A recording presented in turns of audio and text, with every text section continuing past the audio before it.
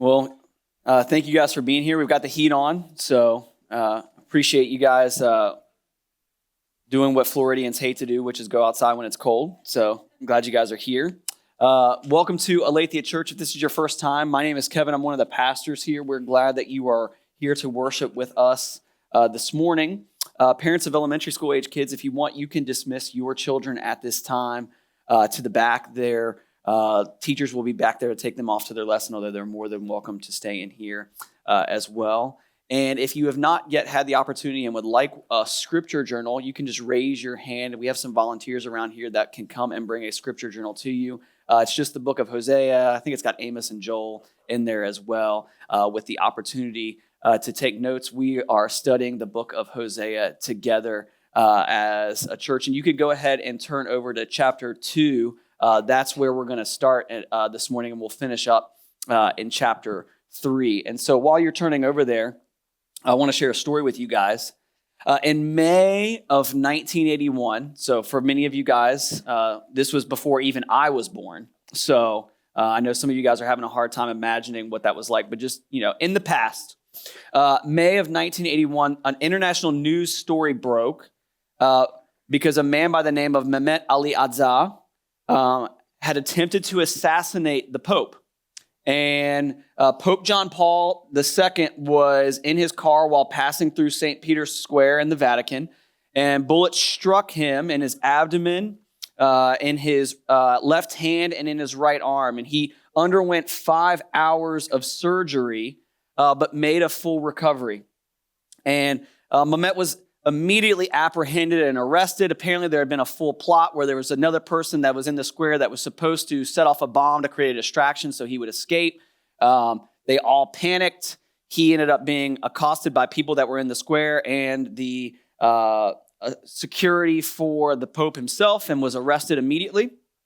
And days later, after he started to recover, the Pope was actually interviewed in his hospital bed, and he asked Catholics everywhere to pray for Azza, referring to him as my brother whom I have sincerely forgiven.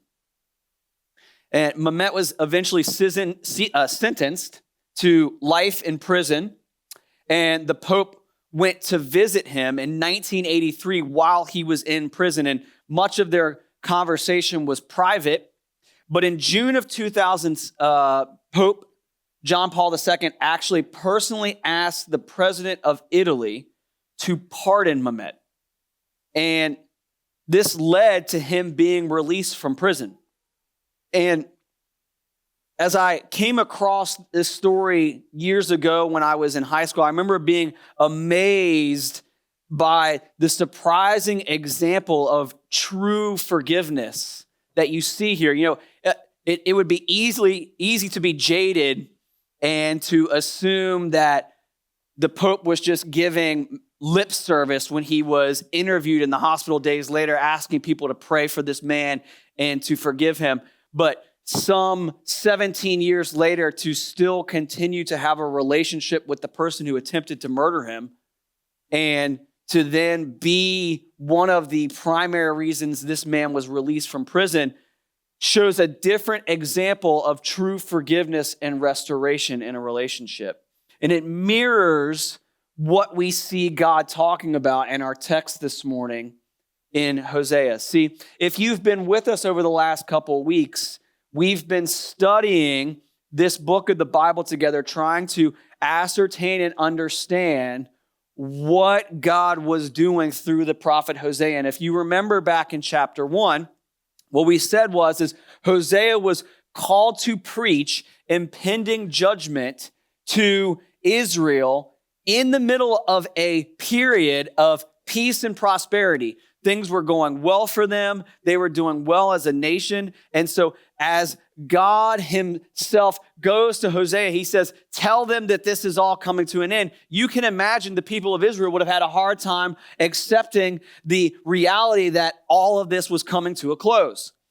And Hosea's ministry to Israel was supposed to be one of preaching and prophecy, but it was going to be primarily displayed to Israel through a living illustration inside of his own life. We talked about the reality of one of the things that we're forced to reckon with as we read this book of the Bible is that God doesn't often neatly fit into our box or our assumptions of who he is. And what God asks Hosea to do is marry a woman by the name of Gomer, who ends up being an adulteress and someone that runs out on him in their wedding vows and ends up sleeping with other men and having children with other men that he is then forced to, in some ways, take care of. And those children, he ended up naming No Mercy and Not My Child. And we see all this, we're like, this is ridiculous. What is going on? Why would God ask a prophet to do this? And the reason is this relationship between Hosea and Gomer's children, one of them being his and two of them not being actually his children. What we see is that this is a visible illustration to Israel of what their infidelity and relationship to God looks like. And that Hosea is able to experience the heart of God in a way and then preach from that because of his experience with Gomer. And so as we moved into chapter 2, what we saw is God actually confronts Israel's unfaithfulness. So he starts off going to Hosea, telling Hosea what this is going to look like, what his ministry is supposed to look like. But then he immediately then starts in on Israel and their unfaithfulness. And what he did is he exposed to Israel that their idols and their lovers, the things that they were trusting in rather than trusting in God and what he had promised to them through the covenants, that he exposed their idols and lovers as failures. He says, all of these things that you think that these other nations are providing for you, that you think the Baals are providing for you, is actually being given by me. And I am going to put up a hedge or a wall, and you are no longer going to be able to access these gods or these things that you're trusting in. And you are going to find that they are powerless when I have set up a roadblock to your connection with them. And then he goes on to proclaim to them that discipline is coming, and that discipline is coming in the form of exile. That Israel is going to be sent out of the land. They're no longer going to hold on to it. They're no longer going to be a nation. And the one thing that they are called to do in the midst of all of this is to repent. There's no promise of God relenting from his anger. There's no promise of God relenting from his discipline, but he still gives a call to them to repent. And today, what our text shows us, though, is that God is going to eventually have a surprising shift in his plan towards Israel, even in the midst of their infidelity. See, what God is eventually going to do is he's going to bring his bride home. And we're going to see exactly how God plans to do that and how God mends and restores his people. All right, so go ahead and turn over to Hosea chapter 2, starting in verse 14. I want to read there. And the first thing we're going to see here is the way in which God is going to pursue Israel and surprise them with his grace. Look at verses 14 through 17 with me. He says, therefore, behold, I will allure her and bring her into the wilderness and speak tenderly to her. And there I will give her her vineyards and make the valley of Achor a door of hope. And there she shall answer as in the days of her youth, as at the time when she came out of the land of Egypt. And in that day, declares the Lord, you will call me my husband, and no longer will you call me my Baal. For I will remove the names of the Baals from her mouth, and they shall be remembered by name no more. And so I want to focus on that first sentence there in verse 16, right? God says, therefore, behold, I will allure her. And anytime in the scripture you see the word therefore, we need to understand that the author or the writer is referencing something that had occurred earlier on in the text. So, as God is speaking here, he says, therefore, behold, I will allure her. And the allure is the therefore is in reference to what has been previously said by God and what we looked at last week. And what was discussed was the idea of Israel's evil and their impending judgment. And so what God is saying here is everything I'm about to say, you need to understand is because of Israel's evil and the discipline and the judgment I'm going to bring on them.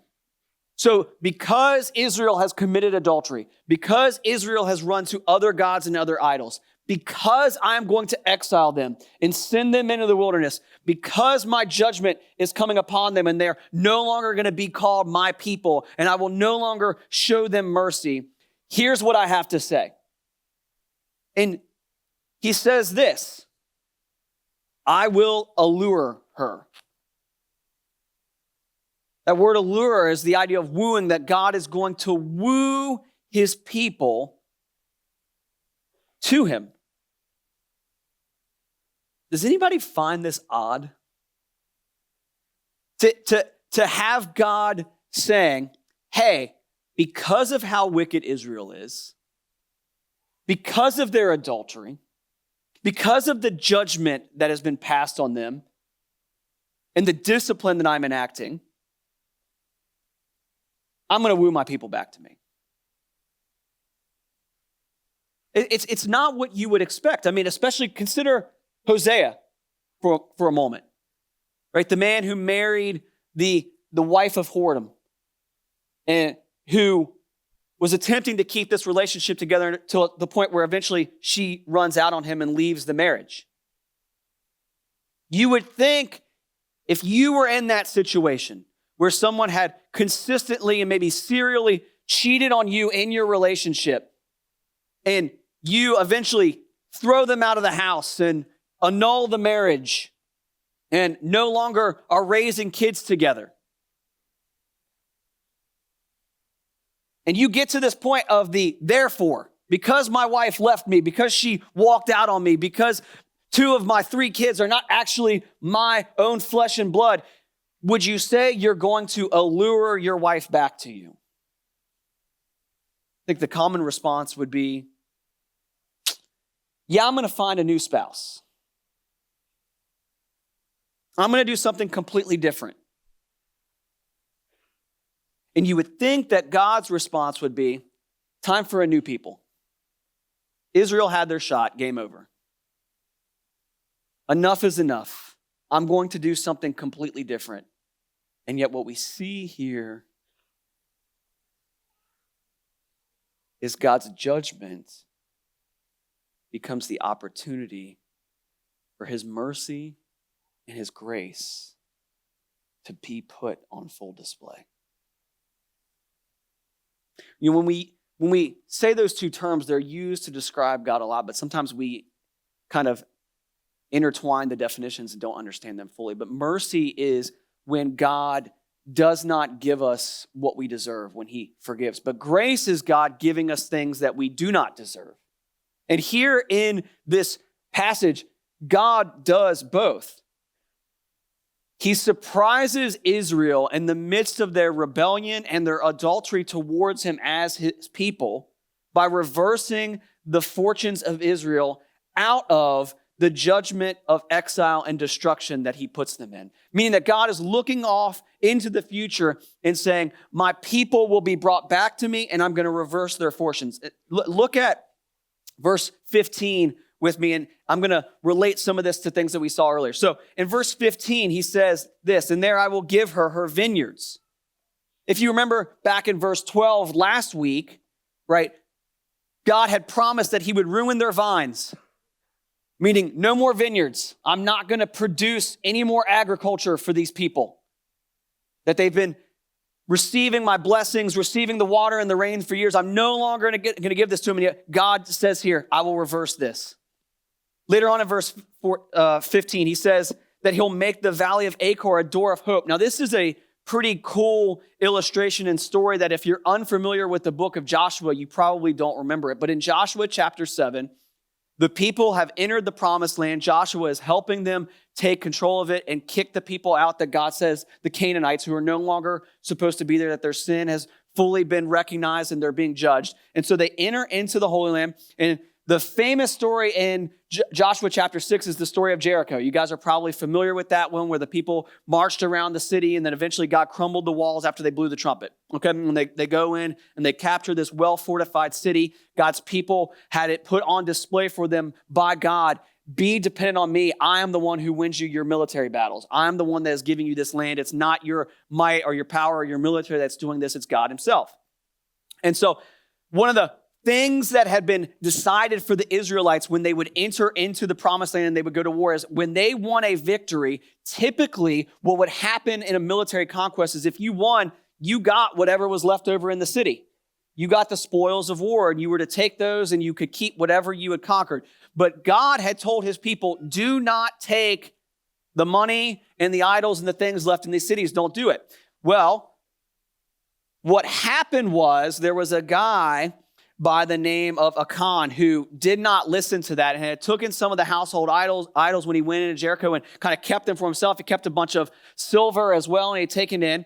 And they leave Jericho and they kind of continue to move into the promised land. And they're in this valley and they find this like little tiny town called Ai. And they're going to go take over that town, right? I know in the day of artificial intelligence, it's really hard for us but we're not talking about ChatGPT here. It's just the name of the city, okay? All right. So this city is super small and Israel's like, let's just send a few folks up there to capture this military outpost. It's not going to be a big deal. This should be super easy compared to Jericho. We've got this. So they send a few soldiers up there and they get completely routed by this small little group of like ragtag nomads in the middle of nowhere. They get completely destroyed. And as they come back and it's reported to them that they lost, the people begin to weep because like, how could this be possible? And Joshua cries out, God, why have you brought us out of Egypt and into this land of the Canaanites where you're just going to have us suffer defeat before them? And the Lord speaks to Joshua and says, you've lost because someone in your midst is committing evil and not listening to the word that I've given you. And they've taken for themselves idols and spoils from war that they were not supposed to take. And so you would expect at this point Joshua to get before everybody and be like, hey, somebody, you're guilty. Somebody do it. But no one comes forward. And so they do the really fun thing that the Bible does a lot. And they start bringing everyone forward and they start casting lots. Right? And it keeps falling. It falls down to the correct tribe. And then it keeps falling down to the correct family till eventually it gets to Achan. And they're like, hey, dude, the lot fell on you. And he's like, it was me. I did it. I thought the lot thing was fake. It's not, apparently. God's behind all of it. It was me. And the people stand before him and Joshua's like, yeah, you just caused a bunch of our people to die because of your wickedness. Because you refuse to listen to God. There are dead brothers and sisters of our nation now because you disobeyed God. And they stone him on the spot. And in that moment, right, they named the valley they were in the Valley of Achor, which means Valley of Trouble. Because Achan's wickedness and desire for earthly material possessions caused the people great trouble.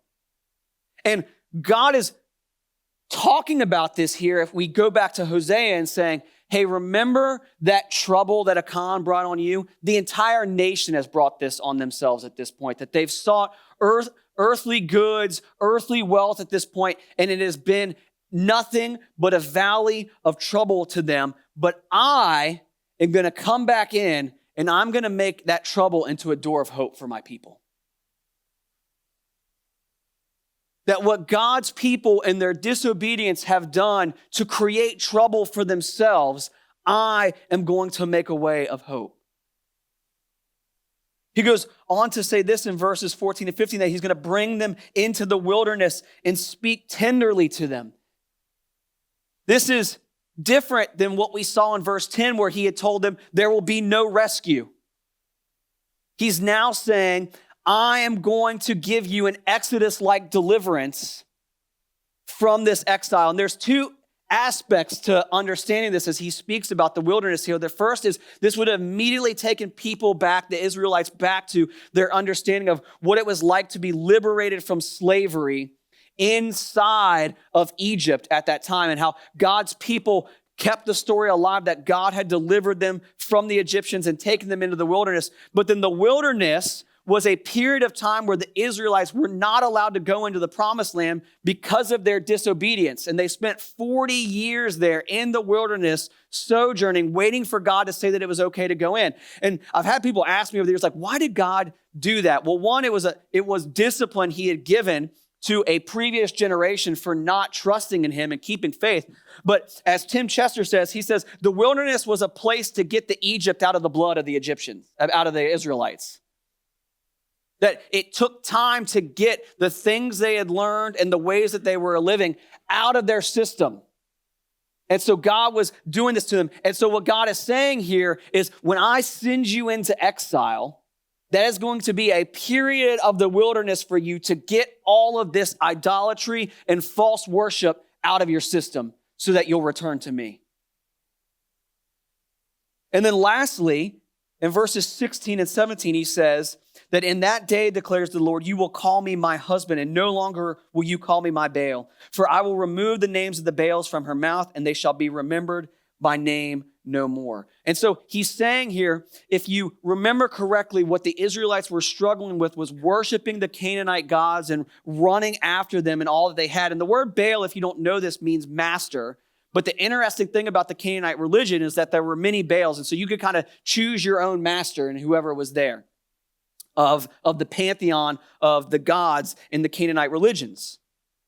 And sometimes even, and this was part of the problem going on in Israel, syncretism was happening. If you're unfamiliar with that word, what it means is you take one or two worldviews or religions and then you kind of fuse them together and make them into one. And what the Israelites were doing is like, actually, we just think Yahweh, the God of the Bible, the one that made us a people, he's just one of the Baals. And so they would actually call him my Baal. They would call him my master, is what that word literally meant. And God says to them, although you have worshiped me as one of your false gods and put me amongst them as if I am one of them, you will no longer call me by that false name, but instead you will call me husband.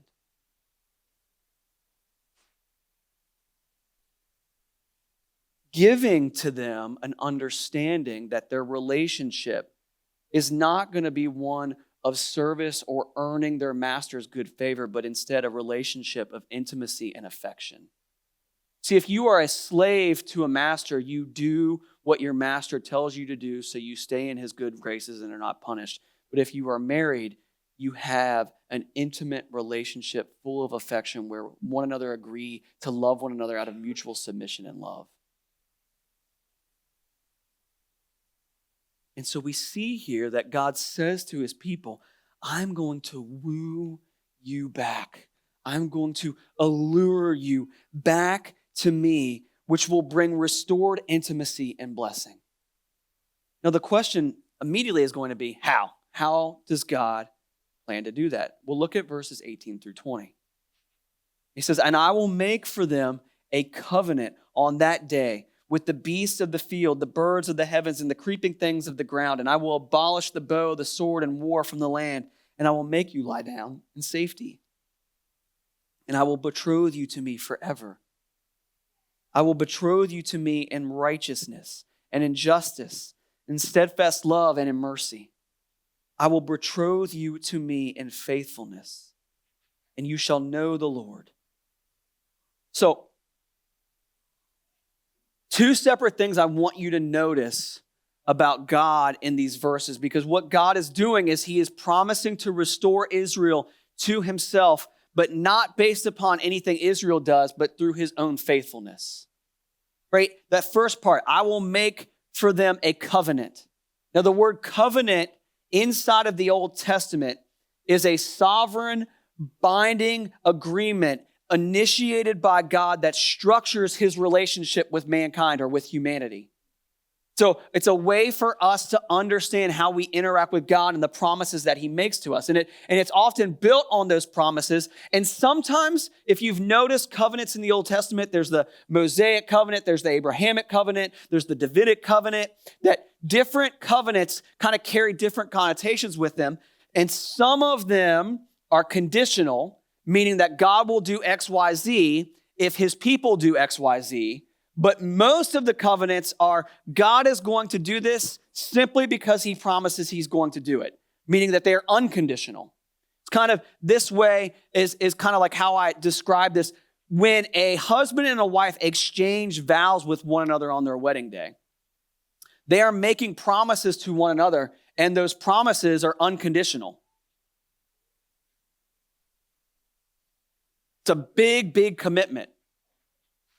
Right? We say something along these lines that I promise to love you for better, for worse. That means you love your spouse, whether they're being a good spouse or a bad spouse, for richer, for poorer, whether you have money or you have no money, in sickness and in health, meaning I promise to love you whether you are doing well from a health perspective or whether I'm having to take care of you because of how poor your health is. That there is an unconditional element to the vows that a husband and wife give to one another. Now, we know that human beings break these vows all the time, but that doesn't mean that the vows themselves are not unconditional. It means we've just perverted the meaning of the vows that we give one another to make them conditional when it's convenient for us. And what God often does in his covenants in the Old Testament is he says, my vows to you or my promises to you are unconditional. And the one difference is when God makes a promise, he actually keeps it. And look at what he promises them here in Hosea chapter 2. He promises them peace with creation. And can you imagine that? Like, I'm trying to imagine my backyard not having weeds in it. And how great that would be. Because not only do those weeds create problems in my backyard, but they lead to fights with my wife when I want to spray them with weed killer and she doesn't like unnatural chemicals going on our yard. And she's like, that's going to kill the weeds and everything else. And I'm like, that's the point. And she's like, but it's dangerous. And I'm like, for the weeds, yes, it is. She's like, but it's bad for us too. And I'm like, I'm not planning on drinking it or eating the grass, so I think we're going to be okay. Right? Like, imagine not having to toil with the earth anymore. And he promises people that there will be peace brought back to creation. The shalom that we see in Genesis 1 and Genesis 2 is restored once and for all. He promises that weapons will be discarded, that there will be no more war, but there will be peace amongst people.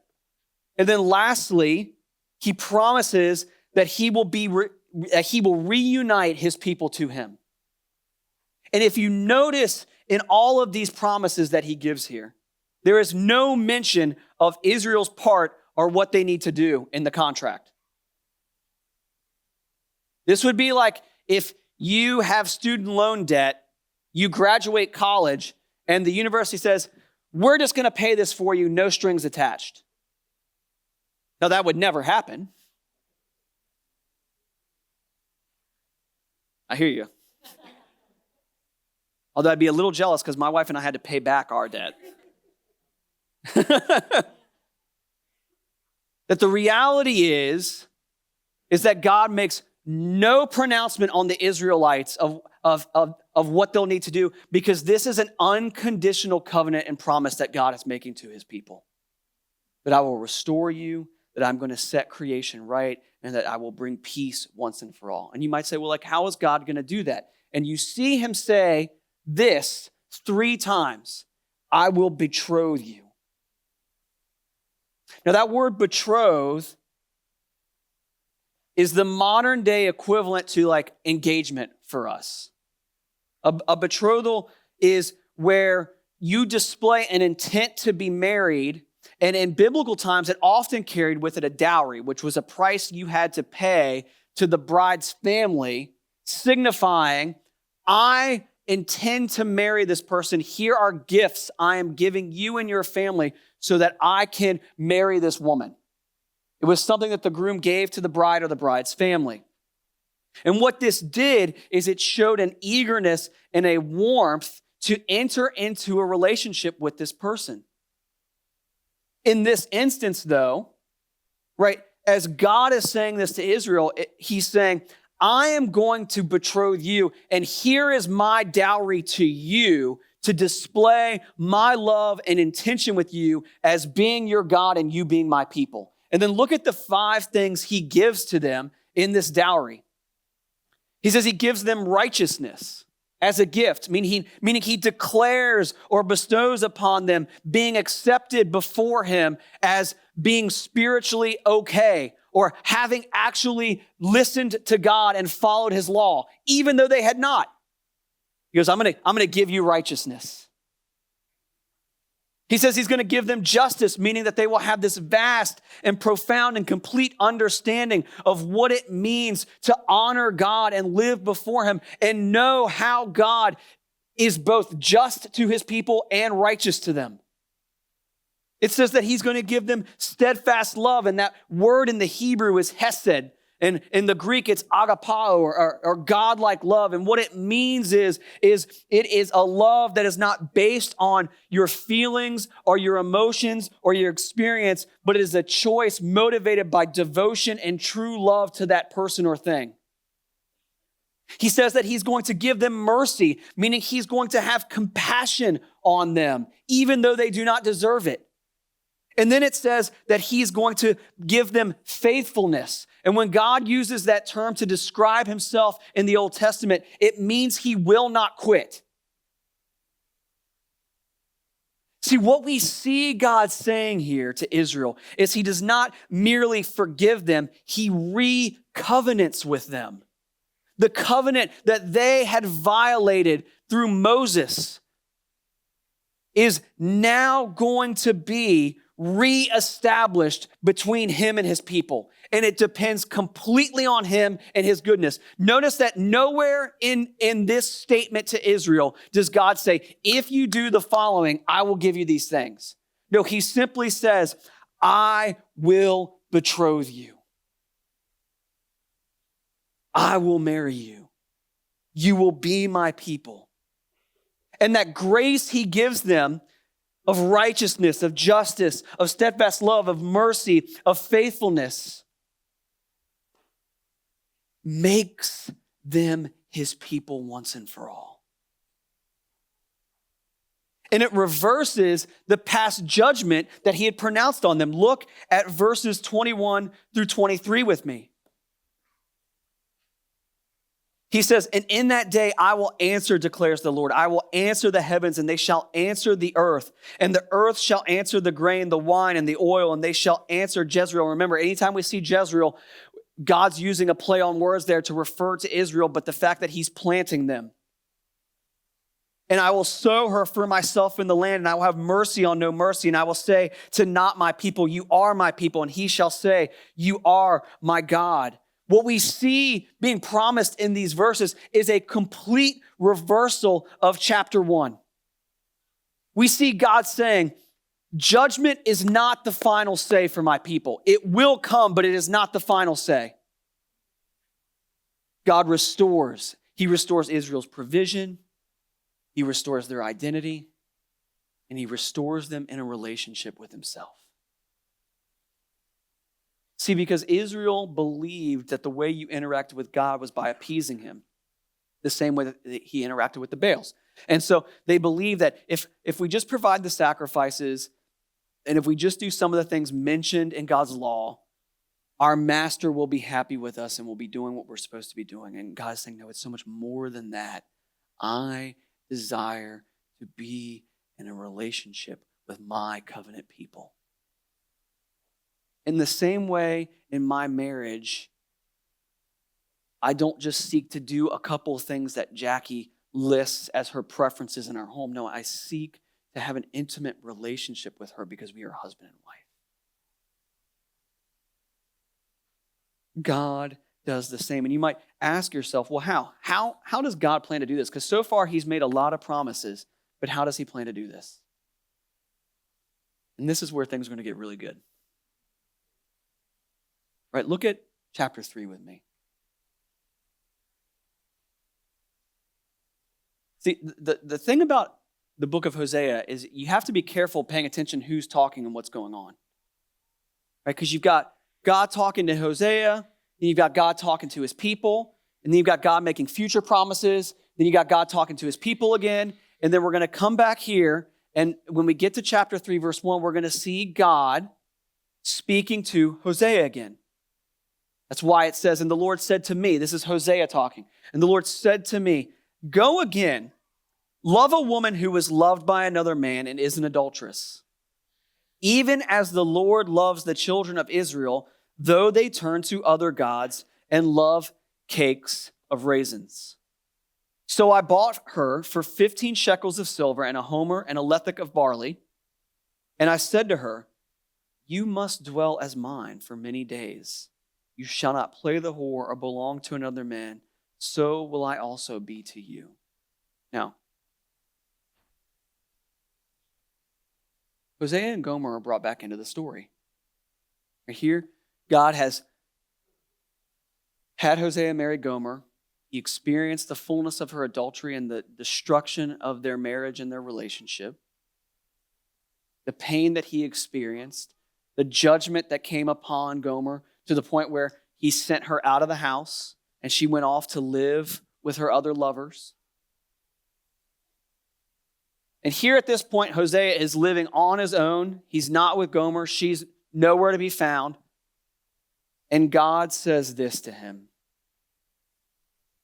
go and bring her back. See, because Hosea is going to be called to enact and illustrate the story of God's love and how he is going to bring back his people. He says, go to her again, meaning, by the way, that Hosea had tried and failed previously to get Gomer to come back and remain faithful to him.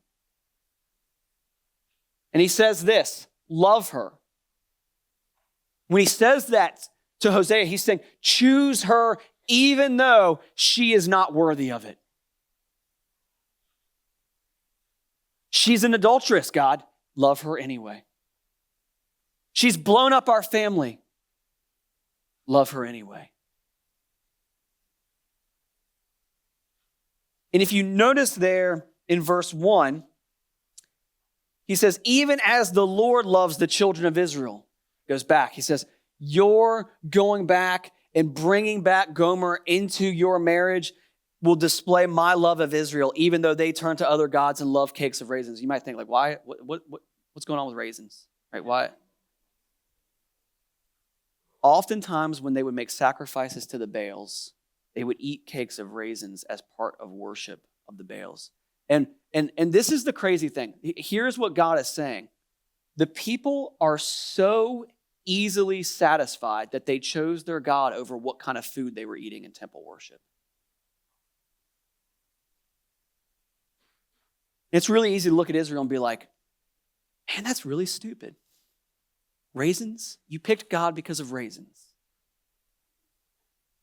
But as we saw last week and thought about the different idols that we serve, how often do we choose one that's simply like a cake of raisins?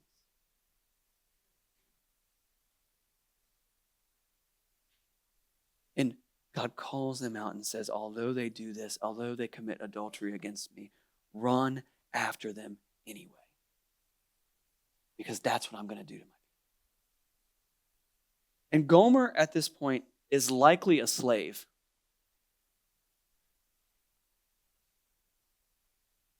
You know, typically for a woman in this time period, if she was not married or a widow, she either had to be taken care of by her family or was taken care of by other people because they had no means of producing and taking care of themselves.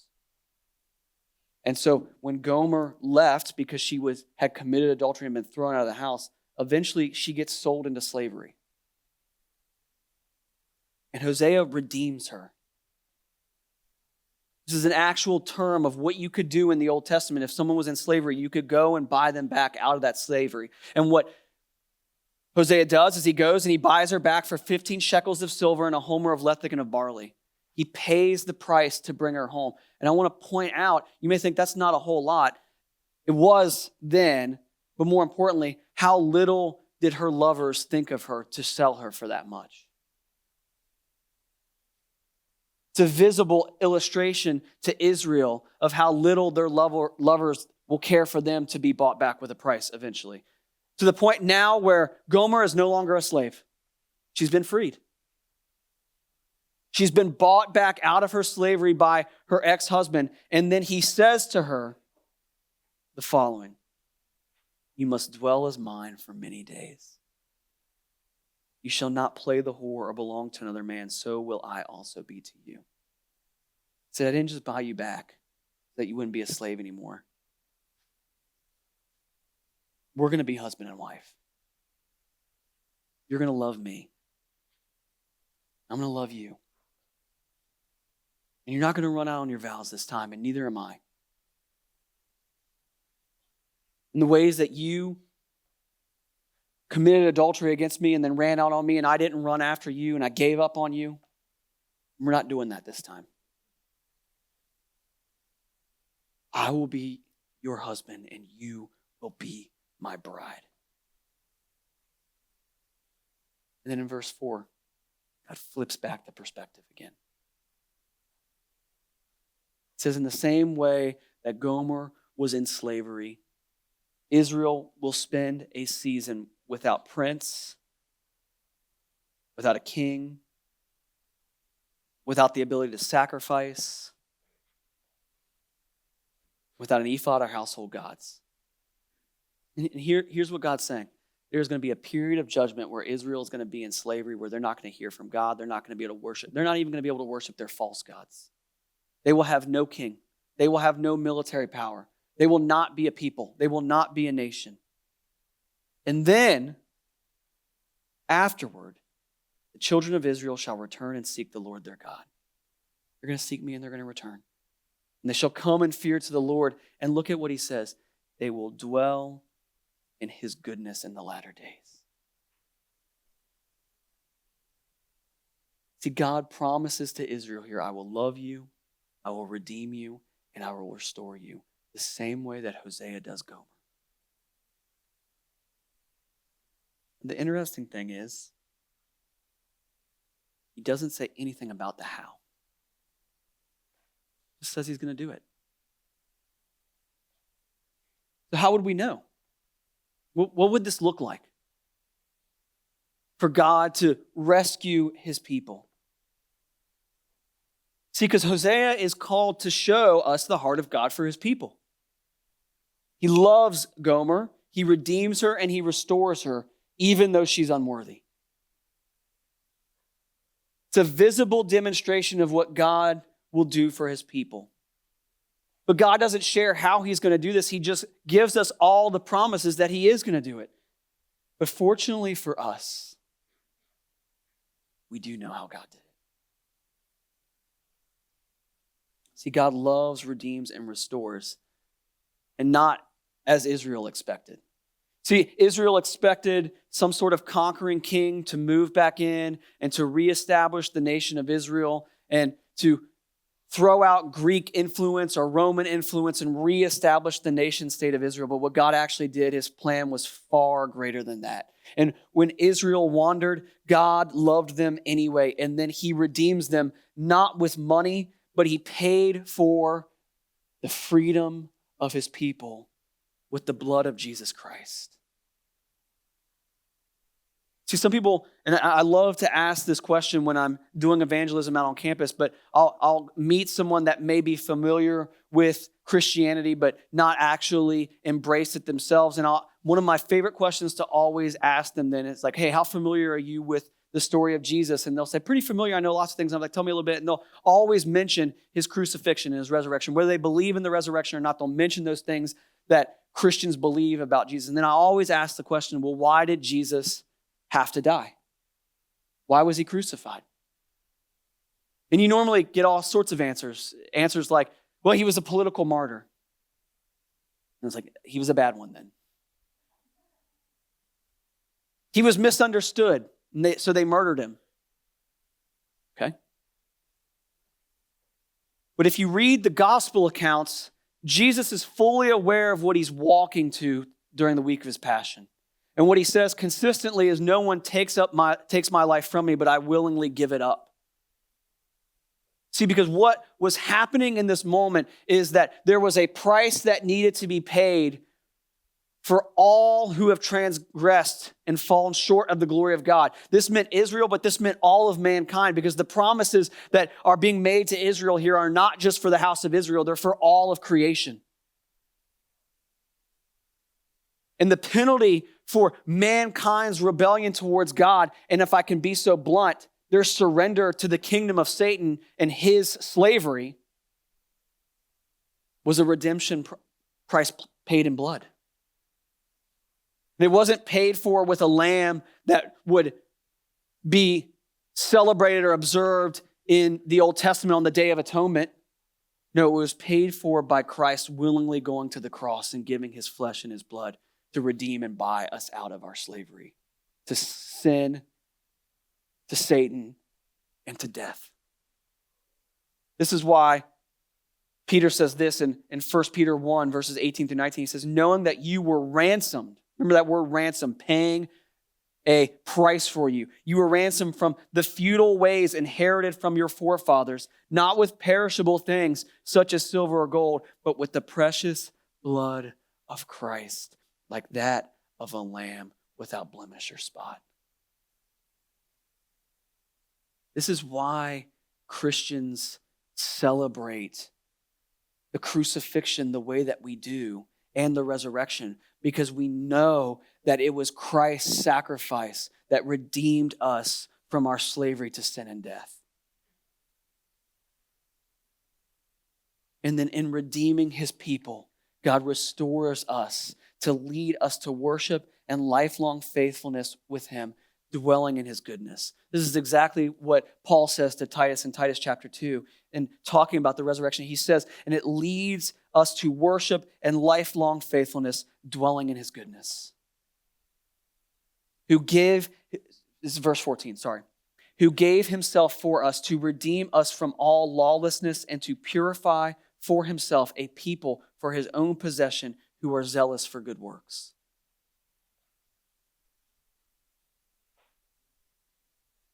You read Hosea chapter 3 and you read verses 4 and 5 and you see God make this promise to Israel and you ask how. How will he redeem them and restore them? It's through Jesus Christ. And there is no other way.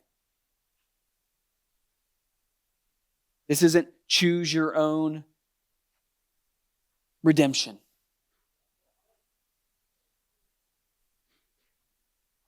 God saves his people through Christ.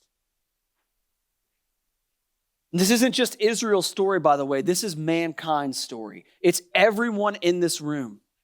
Whether you want to accept it or not, this is the story of what God has done. That God has redeemed mankind, that our hearts have wondered and sought to make ourselves our own God. And yet in the midst of that rebellion and adultery towards our Creator, God pursues us, woos us, and allures us. And in that pursuit, he redeems us out of our slavery to sin and death. But it was a costly redemption, the life of his only Son. And that through the resurrection of Jesus Christ, we are offered redemption and restoration to him. Christian, this is our story. If you are a follower of Jesus this morning, this is our story. We are his people because God is a good bride who came back and bought us when we shouldn't have been bought. If you are here this morning and you are a Christian, that is who your God is. He is not holding out on you. He is not withholding from you. He's not standing there like an angry taskmaster waiting to judge you and put you under penalty of death. No, he bought you with the blood of Christ. And non-Christian, if you're here this morning, maybe even wondering why you're here, this is it. God is calling you home. Come home to him. Surrender your life to him because he's bought you back. A testimony to God's faithfulness to his mission, which is to see the gospel like this death and raised to walk in newness of life.